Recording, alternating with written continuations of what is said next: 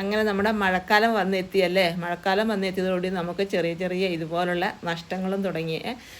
അപ്പോൾ നമ്മുടെ ഏത്തവാഴയൊക്കെ ആണെങ്കിലും നല്ല കാറ്റായിരുന്നു കേട്ടോ. ഇന്നലെയൊക്കെയാണ് നല്ല കാറ്റും മഴയുമാണ്. അപ്പോൾ രാവിലെ നോക്കിയപ്പോൾ ഇതാ ഒരെണ്ണം ഒടിഞ്ഞു കിടക്കുന്നു കേട്ടോ.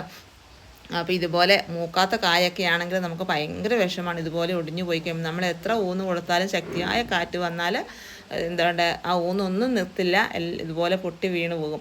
അപ്പോൾ അതാ ഞാൻ നോക്കിക്കഴിഞ്ഞപ്പം നല്ല മൂത്ത കൊലയാണ്, വലിയ കുഴപ്പമൊന്നുമില്ല. അപ്പോൾ ഞാൻ വിചാരിച്ചു ഇതിൻ്റെ കായൊന്നും പൊട്ടിപ്പോവുകയോ ഒന്നും ഇരിഞ്ഞു പോവുകയോ ഒന്നും ചെയ്തില്ല എങ്കിൽ നമുക്ക് കടയിൽ കൊടുക്കാമെന്ന് വിചാരിച്ചേ.